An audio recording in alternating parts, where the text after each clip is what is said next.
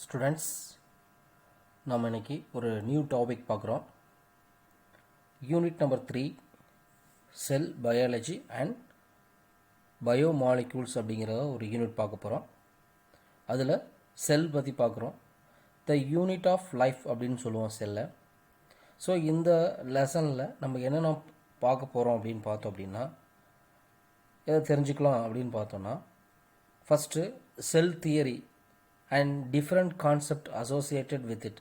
அந்த செல் தியரியில் எந்த மாதிரி கான்செப்ட்லாம் இருக்குது, டிஃப்ரெண்ட் கான்செப்ட்லாம் எப்படி இருக்குது அப்படிங்கிறத நம்ம பார்க்க போகிறோம். நெக்ஸ்ட் வந்து basic structure of cell and differentiated cell, animal and plant, bacteria, virus.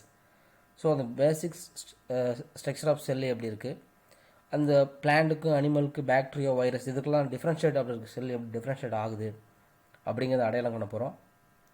Next explain the structure and function of the cell organelles including nucleus இதெல்லாம் பார்க்க போகிறோம். லாஸ்ட்டாக குரோமோசோம்ஸ் ஸ்ட்ரக்சர், அதோட டைப்ஸ் இதெல்லாம் தெரிஞ்சுக்க போகிறோம் இந்த லெசனில். ஸோ ஃபஸ்ட்டு சாப்டர் அவுட்லைன் பார்க்குறோம். ஃபஸ்ட்டு டிஸ்கவரி, யாராவது அந்த செல்லை பற்றி கண்டுபிடிச்சதுக்கெல்லாம் பார்க்குறது. Next microscopy. ஸோ அந்த மைக்ரோ ஆர்கனிசத்தை தான் எதை யூஸ் பண்ணி பார்ப்பாங்க, அந்த மைக்ரோஸ்கோப்லாம் என்ன டைப்ஸ் இருக்குது, அதை யாராவது கண்டுபிடிச்சா, ஸோ அதை பற்றி. நெக்ஸ்ட்டு செல் தியரி.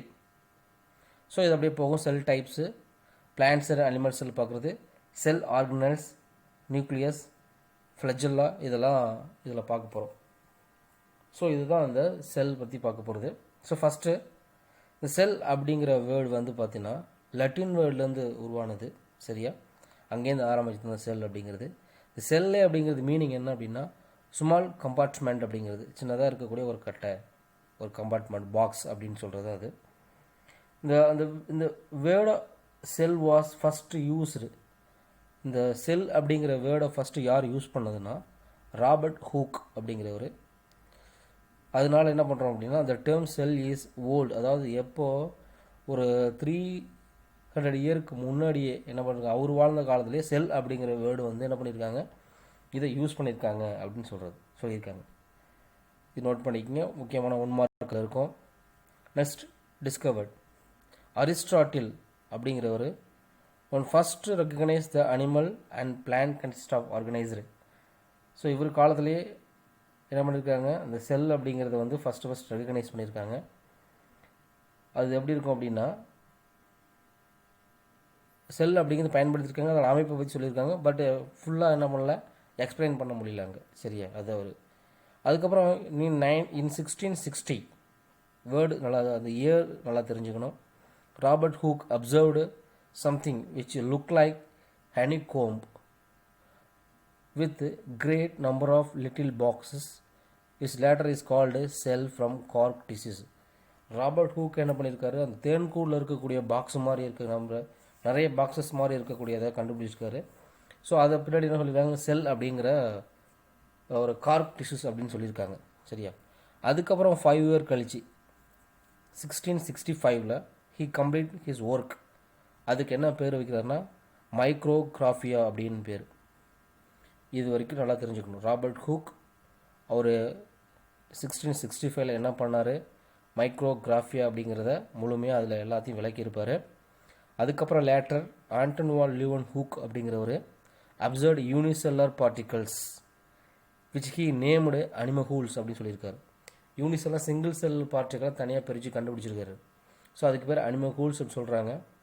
அனிமகூல்ஸ் அப்படின்னு சொன்னது யார் அப்படின்னு கேட்டால் ஆண்டன் வான் லியூவன் ஹூக் அப்படிங்கிறவர். நோட் பண்ணிக்கணும். ராபர்ட் ப்ரவுன் நெக்ஸ்ட் அவர் spherical body cells as nucleus, ஒரு ரவுண்டான ஒரு ஷேப்பில் இருக்கக்கூடியதை ஒரு பாடி செல், பாடியின் பிளான்ட் செல்லில் கண்டுபிடிச்சிருக்காரு, அதுதான் நியூக்ளியஸ் அப்படிங்கிறது. அப்போ நியூக்ளியஸ் எப்படி யார் உருவாக்குனது, யார் கண்டுபிடிச்சது அப்படின்னு பார்த்தோன்னா ராபர்ட் ப்ரவுன் அப்படிங்கிறது. அப்புறம் H.J. ட்ரோச்சிச் அப்படிங்கிற ஒருத்தர், ஒரு ஃப்ரெண்ட்ஸ் சயின்டிஸ்ட் என்ன பண்ணிருக்காரு அப்படின்னா first give idea on cell theory. Cell தியரிக்கு ஃபஸ்ட்டு ஐடியா கொடுத்தது இவர் தான், ட்ரோட்டச் அப்படின்னு ஒருத்தர். நோட் பண்ணிக்கிங்க. அதுக்கப்புறம் அந்த தியரி மேத்யூஸ் ஸ்கிலிடன் அப்படிங்கிற ஒருத்தர், ஜெர்மன் பாட்டனிஸ்ட்டு. அதுக்கப்புறம் தியோடர் ஸ்வான் அப்படிங்கிற ஒரு ஜெர்மன் ஜுவாலிஸ்ட். இவங்க 2 பேர் சேர்ந்து என்ன பண்ணுறாங்கன்னா ஒரு cell theory basic feature of cell theory உருவாக்குறாங்க. அதுக்கப்புறம் ருடால்ஃப் ரவுச்சர்ஸ் அப்படிங்கிறவர் என்ன பண்ணுறாரு அப்படின்னா அந்த செல் தியரியை எக்ஸ்பிளைனாக சொல்கிறாரு. அதோட என்ன பண்ணுறாரு அப்படின்னா அந்த செல் தியரி எப்படி உருவாயிருக்கும் அப்படின்னு பார்த்தோம் அப்படின்னா ஒரு லிவிங் செல்லிருந்து ஒரு all living cells arising from pre existing living cell. ஒரு லிவிங் செல் இருந்து இன்னொரு லிவிங் செல் உருவாகுது. அது எப்படி உருவாகுதுன்னா பை செல் டிவிஷன் மூலமாக உருவாகுது அப்படிங்கிறத சொன்னது வந்து யாருன்னா ருடால்ஃப் விச்சர்ஸ் அப்படிங்கிற ஒருத்தர். நோட் பண்ணிக்கணும்.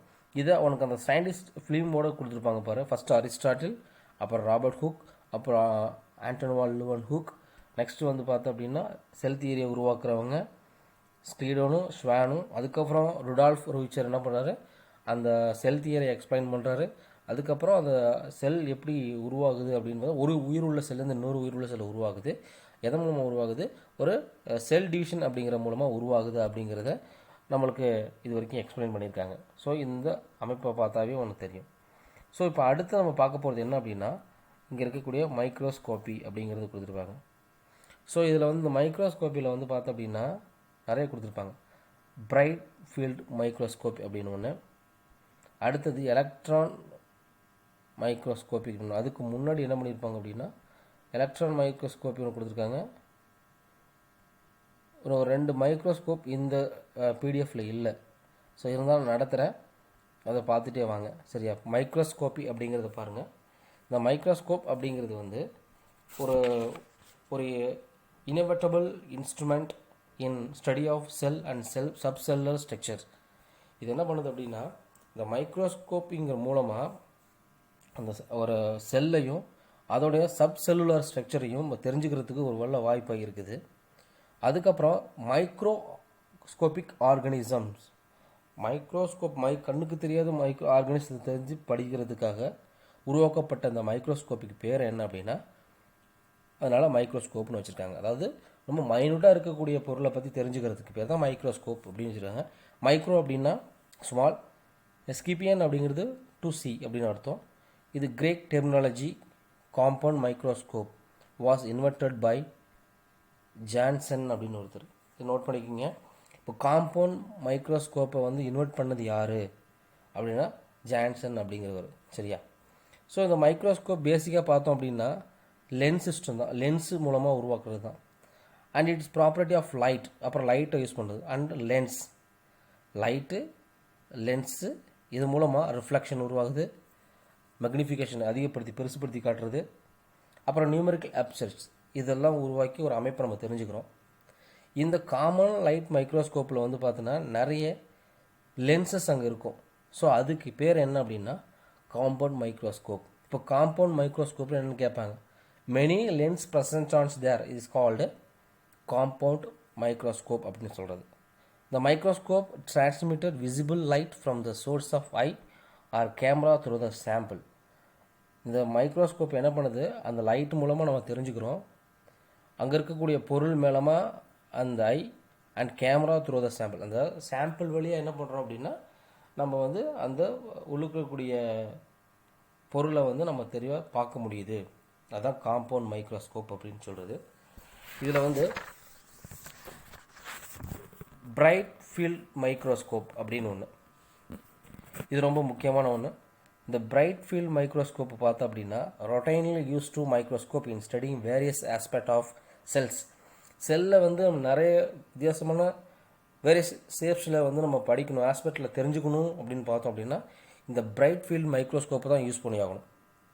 இதில் என்ன பண்ணோம் அப்படின்னா it allow light to pass direct through the specimen and show well distinguish image from different portions of specimen. இப்போது மைக்ரோஸ்கோப்புங்கிறது நீங்கள் பார்த்துருப்பீங்க. அந்த மைக்ரோஸ்கோப்புங்கிறது வந்து பார்த்துட்டு நிறைய டைப்ஸ் இருக்குது. அதில் ஒரு டைப் என்ன அப்படின்னா இந்த பிரைட் ஃபீல்டு மைக்ரோஸ்கோப்பு. ஸோ இந்த மைக்ரோஸ்கோப்பில் ஒரு செல்லை பற்றி எந்த வகையான இதுலேயும் நம்ம தெரிஞ்சுக்கலாங்கிறதுக்காக உருவாக்கப்பட்ட ஒன்று. இதில் வந்து நம்ம தெளிவாக பார்க்கலாம், எங்கே அந்த செல்லில் இருக்கக்கூடிய அந்த ஸ்பெசிமனில் இருக்கக்கூடிய அமைப்பை வந்து நம்ம தெளிவாக தெரிஞ்சுக்கிறதுக்கு இந்த பிரைட் ஃபீல்டு மைக்ரோஸ்கோப் யூஸ் ஆகுது. ஸோ இது எப்படி யூஸ் ஆகுது அப்படின்னா உனக்கு மைக்ரோஸ்கோப்பில் அடியில் பார்த்தோம் அப்படின்னா அந்த பாட்டத்தில் பார்த்தோம் அப்படின்னா லென்ஸ் கீழே வந்து நம்ம லென்ஸ் கீழே ஒன்று இருக்கும், அதுக்கு மேலே ஒரு ஃப்ளாட் இருக்கும். அங்கே தான் நம்ம ஸ்பெசிமனை வச்சு அந்த லென்ஸ் மூலமாக மேலே வந்து நம்ம பார்க்கக்கூடியது தான் இந்த மைக்ரோஸ்கோப் நார்மலாக இருக்கக்கூடியது. இதில் என்ன இருக்கும் அப்படின்னா அந்த light ray focus by condenser on the specimen of microslide phase adjustment platform is called stage. அந்த அட்ஜஸ்ட் பண்ணக்கூடிய பிளாட்ஃபார்மில் ஒரு ஸ்டேஜ் மாதிரி இருக்கும், அது மேலே வச்சு தான் என்ன பண்ணுறோம் அப்படின்னா நம்ம ஸ்பெசிமனை ஈஸியாக பார்க்குற ஸ்டேஜ் உருவாக்குறது அந்த பிரைட் ஃபீல்டு மைக்ரோஸ்கோப் அப்படிங்கிறது. இங்கே வந்து பார்த்தீங்கன்னா லேம்ப் இருக்கக்கூடியது ரெண்டு, ஒன்று சிஎஃப்எல் ஒன்று இருக்கும், இல்லைனா எல்இடி, இது மாதிரி மூலமாக என்ன பண்ணலாம் அப்படின்னா அங்கே இருக்கக்கூடிய இமேஜை நம்ம பார்க்கலாம். இன்னும் தெளிவாக பார்க்கணும் அப்படின்னா வச்சுக்கிங்க, அங்கே சில அந்த ஸ்பெசிமனில் சில ஸ்ட்ரெயினிங் கொடுக்கல, ஸ்ட்ரெயின்னா கலர் கொடுக்குறது, கலர் கொடுத்தோம் அப்படின்னா நம்ம தெளிவாகவும் அதில் வச்சு பார்த்துப்போம், அதனால் இமேஜ் நல்லா தெளிவாக பார்க்கலாம், அதுக்கு யூஸ் பண்ணுறது. ஸோ இதில் வந்து பார்த்தீங்கன்னா அட்ஜஸ்டபிள் சிலையே இருக்கும், சரியா. இப்போ வந்து it then pass to the two lens system, namely objective lens, இன்னொன்று ஐ பீஸ் அப்படின்னு சொல்கிறது. இங்கே வந்து ஒரு லென்ஸ் சிஸ்டம் இருக்கும். ஒன்று வந்து பார்த்திங்கன்னா என்ன சொல்கிறது, அப்ஜெக்டிவ் லென்ஸ் அப்படின்னு சொல்கிறது, இன்னொன்று வந்து பார்த்தீங்கன்னா ஐ பீஸ் அப்படின்னு சொல்கிறது. இந்த அப்ஜெக்டிவ் லென்ஸ் வந்து பார்த்தோம் அப்படின்னா அந்த நம்ம வந்து அந்த ஸ்பெசிமன் இருக்கு இல்லையா, அதுக்கு பக்கத்தில் இருக்கக்கூடிய லென்ஸ் தான் சொல்கிறது அது. இன்னும் ஐ பீக்குனா நம்ம கண்ணு ஓரமாக இருக்கக்கூடிய க்ளோஸ் டு ஐஸ் பக்கத்தில் இருக்கக்கூடிய ஒரு லென்ஸ் அப்படின்னு சொல்கிறது. ரெண்டு லென்ஸ் இருக்கும், ஒன்று வந்து நம்ம ஸ்பெசிமன் பக்கத்தில் இருக்கும், இன்னொன்று வந்து நம்ம கண்ணுக்கு பக்கத்தில் இருக்கும். இதுதான் இதில் ஸ்பெஷலு. இப்போ வந்து என்ன பண்ண போகிறோம் அப்படின்னா இங்கே 4 ஆப்ஜெக்டிவ் லென்ஸ் இருக்கும், 5x 10x 45x and 100x அப்படின்னு இருக்கும். எங்கே அதை ரொட்டேட் பண்ணுற மாதிரி இருக்கும். அந்த ரொட்டேட் பண்ணிவிட்டு என்ன பண்ணலாம் அப்படின்னா நம்ம அந்த பிக்சரை தெளிவாக தெரிஞ்சுக்கலாம். ஸோ அது இதில் ஒரு ஸ்பெஷலாக அமைஞ்சிருக்கும். இப்போது ப்ரைமரி மெக்னிஃபிகேஷன்ஸ், செகண்டரி மெக்னிஃபிகேஷன் அப்படின்னு கேட்பாங்க. ப்ரைமரி மெக்னிஃபிகேஷன் அப்படிங்கிறது என்னென்னா the first magnifications of the microscope done by objective lens. Objective லென்ஸ்னால் நம்ம ஸ்பெசிமன் இருக்கிற இடத்துலேருந்து உருவாக்குனா ஃபஸ்ட்டு வந்துச்சு அப்படின்னா அது ப்ரைமரி மெக்னிஃபிகேஷன் சொல்கிறது. அது வந்து பார்த்தீங்கன்னா it is a real inverted image. அதுதான் என்னென்னா ஒரு உண்மையான இமேஜ். அது பார்க்குறது எப்படி இருக்குன்னா தலைகீழ இருக்கும். இன்வெர்டட் இமேஜ் தான் எப்பயுமே ரியல் இமேஜ். ஸோ அதுதான் ப்ரைமரி மெக்னிஃபிகேஷன் அப்படிங்கிறது. எங்கள் அந்த ஸ்பெசிமன் பக்கத்தில் இருக்கக்கூடிய லென்ஸ்லேருந்து நம்ம பார்த்தோம் அப்படின்னா அதுதான் ப்ரைமரி மெக்னிஃபிகேஷன்ஸ். அங்கே இருக்கக்கூடிய இமேஜ் வந்து ஒரு ரியல் இமேஜ். அது எப்படி இருக்கும், இன்வெர்டபுளாக இருக்கக்கூடியது. செகண்டாக நம்ம பார்க்குறது என்ன அப்படின்னா செகண்டரி மெக்னிஃபிகேஷன் என்ன அப்படின்னா microscope is observed through the eyepiece, அதாவது கண்ணுக்கு பக்கத்தில் இருக்கக்கூடிய அந்த லென்ஸ், அதுதான் செகண்டரி மெக்னிஃபிகேஷன் அப்படிங்கிறது. இதில் இருக்கக்கூடிய விர்ச்சுவல்ஸ் அண்ட் இன்வெர்டட் இமேஜ், அதில் இருக்கிறது என்னன்னா தலைகீழாக நேராக இருக்கக்கூடியது, அது வந்து ஒரு ரியல் கிடையாது, சரியா. அது ரியல் இமேஜ் அப்படின்னு சொல்கிறது எங்கள் ஐ பக்கத்தில் இருக்கக்கூடியது. ஸோ இதுதான் என்ன அப்படின்னா பிரைட் ஃபீல்ட் மைக்ரோஸ்கோப்பை பற்றி ஒன்று சொன்னது. நெக்ஸ்ட்டு வந்து பார்த்தோம் அப்படின்னா இதில் டார்க் ஃபீல்ட் மைக்ரோஸ்கோப்னு ஒன்று இருக்கும். ஸோ அதில் உனக்கு கொடுக்கல, அதை நான் சொல்கிறேன், அதை அப்படியே நீங்கள் புக்கில் பார்த்துக்கோங்க, கொடுத்துருப்பாங்க, ஒன்று நியூ புக்கில் இருக்கும்.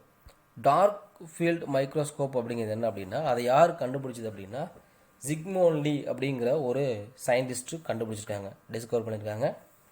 இதில் வந்து பார்த்தீங்கன்னா இது எப்படி இருக்குன்னா த ஃபீல்டு வில் டார்க்காக இருக்கக்கூடியது, சரியா. அதில் லைட்டு பட்டதுக்கப்புறம் அது நல்லா க்ளோ ஆகும், நல்லா பிரைட்டாக தெரிய ஆரம்பிக்கும். ஸோ அதனால் இது டார்க் ஃபீல்டு மைக்ரோஸ்கோப் அப்படின்னு சொல்கிறது. இந்த மைக்ரோஸ்கோப் காரணம் என்ன அப்படின்னா இதில் ஸ்பெஷலாக ஒரு எஃபெக்ட் இருக்கும். அது ஆர்டினரி மைக்ரோஸ்கோப்பில் இருந்து கொஞ்சம் டிஃப்ரெண்ட்டாக இருக்கக்கூடிய ஸ்பெஷல் காம்பனண்ட் அங்கே இருக்கும். அந்த காம்பனண்ட் பேர் என்னென்னா பேட்ச் ஸ்டாப் கேரியர் அப்படின்னு பேர். அந்த பேட்ச் ஸ்டாப் கேரியர் தான் இது ரொம்ப முக்கியம். இது எப்படி இருக்குது, இது எதனால் உருவாக்கப்பட்ட ஒரு மெட்டல் ரிங்கனால் உருவாக்கப்பட்ட ஒரு கண்டென்சர் காம்பனண்ட்டு தான் இது. இதுதான் பேட்ச் ஸ்டாப் கேரியர் அப்படிங்கிறது. இந்த டார்க் ஃபீல்டு மைக்ரோஸ்கோப்பில் யார் கண்டுபிடிச்சது, ஜிக்மோண்ட் கண்டுபிடிச்சார். ஒரு டார்க் கலரில் இருக்கும், அதை பிரைட் கலரில் கொண்டு வர்றது அது ஸ்பெஷலு. அது யார் காரணம் அப்படின்னா ஒரு ஸ்பெஷல் காம்பனண்ட்டு, அதுக்கு பேர் பேட்ச் ஸ்டாப் கேரியர் அப்படின்னு பேர், சரியா. இது ஒரு மெட்டல் உருவாக்கப்பட்டதாக இருக்கும். இந்த பேட்ச் ஸ்டாப் எப்படி இருக்கும் அப்படின்னா ஒரு ஸ்மால் கிளாஸாக இருக்கும், ஒரு சின்ன கிளாஸ் மாதிரி தான் இருக்கும். அங்கே வந்து டார்க் கலரில் இருக்குது, எங்கே இருக்குது சென்டரில் வந்து டார்க் கலராக இருக்கும். அதோட ஓர பக்கம்லாம் அந்த ரவுண்டு டிஸ்க்கு பக்கத்தில் வந்து பார்த்தீங்கன்னா எப்படி இருக்கும் அப்படின்னா ஒரு மார்ஜினில் லைட்டாக இருக்குது, ஸ்மால் ஏரியாவாக இருக்கும். அதாவது இது வந்து ஒரு கிளாஸில் இருக்க மாதிரி இருக்கும், சென்டரில் டார்க் கலரில் இருக்கும், அதை சுற்றி அப்படி இருக்கும், கொஞ்சம் பிரைட் கலரில் இருக்கிற மாதிரி இருக்கும். இதுதான் இதோட முக்கியமான ஒன்று. இந்த லைட் என்ன ஆகும் அப்படின்னா அந்த சென்டரில் இருக்கக்கூடிய டார்க் பேஜில் அங்கே இல்லாமல் அது மார்ஜின் பக்கம் இருக்கக்கூடிய வழியாக தான் லைட்டு பாஸ் ஆகும். நல்லா கேட்டுக்குங்க. இந்த பேட்ச் ஸ்டாப் கேரியர் அப்படிங்கிறது ஒரு லென்ஸு. அந்த லென்ஸில் வந்து பார்த்தீங்கன்னா சென்டரில் டார்க்காக இருக்கும், அதோட மார்ஜின் சைடில் ஃப்ரீயாக தான் இருக்கும். அந்த மார்ஜின் சைடு வழியாக தான் அந்த லைட்டு பாஸ் ஆகும். அப்படி பாஸ் ஆகும்போது அது எல்லாம் ஒரு கோன் ஷேப்பில் ஒரே இடத்துல குவியும் போது அங்கே இருக்கக்கூடிய ஸ்பெசிமென் மேலே பட்டுச்சு அப்படின்னா நல்லா பிரைட் டார்க்கு பேக்ரவுண்ட் மூலமாக நல்லா பிரைட்டாக தெரியும். ஸோ இதுதான் டார்க் ஃபீல்டு மைக்ரோஸ்கோப் அப்படின்னு சொல்கிறது. நெக்ஸ்ட்டு வந்து பார்க்க போகிறோம் அப்படின்னா என்ன அப்படின்னா ஃபேஸ் கான்ட்ராக்டிங் மைக்ரோஸ்கோப். 2 மைக்ரோஸ்கோப் பற்றி கொடுக்கல. ஃபேஸ் கான்ட்ராக்டிங் மைக்ரோஸ்கோப் அப்படின்னா என்ன அப்படின்னா இதை யார் கண்டுபிடிச்சது அப்படின்னா ஜெர்னிக் அப்படின்னு ஒரு சயின்டிஸ்ட் இன்வெர்ட் பண்ணார். இது வந்து லைட் மைக்ரோஸ்கோப் மாதிரி தான் இருக்கும், அங்கே ஒரு லிட்டில் சில டிஃப்ரென்ஸ் ஒரு மாடிஃபிகேஷன் பண்ணியிருக்காங்க. ஸோ அது என்ன மாடிஃபிகேஷன்ஸ் அப்படிங்கிறதான் பார்க்க போகிறோம். ஸோ இதுக்கு வந்து ஃபேஸ் பிளேட் அப்படின்னு ஒரு பிளேட் இருக்கும். அந்த பிளேட் எங்கே இருக்கும் அப்படின்னா லென்ஸுக்கும் அந்த ஆப்ஜெக்ட்டுக்கும் இடையிலப்பட்ட பகுதியில் தான் என்ன இருக்கும் அப்படின்னா இந்த ஃபேஸ் பிளேட் அப்படிங்கிறது இருக்கும். சரியா? இப்போது அந்த ஃபேஸ் பிளேட் எப்படி இருக்கும் அப்படின்னா circular component with circular annular editing, circular தான் இருக்கும். இப்போ அது என்ன பண்ணோம் அப்படின்னா அதுதான் முக்கியமான இப்போ இங்கே வேலையை காட்டுது. இப்போது அந்த லைட் என்ன பண்ணுது அப்படின்னா டிஃப்ரெண்ட் வெலாசிட்டியில் உள்ளுக்குள்ளே என்ட்ரு ஆகும். திக்னஸ்ஸாக இருக்கக்கூடிய ஏரியா அந்த அந்த ஃபேஸ் ஸ்டாப்னு சொல்கிறோம் இல்லையா, அதாவது என்ன சொன்னால் பேஸ் பிளேட் அப்படின்னு சொன்னோம் இல்லையா, அந்த பேஸ் பிளேட் எப்படி இருக்கும் அப்படின்னா சென்ட்ரல் பகுதி வந்து நல்லா திக்காக இருக்கும். சரியா? வெளி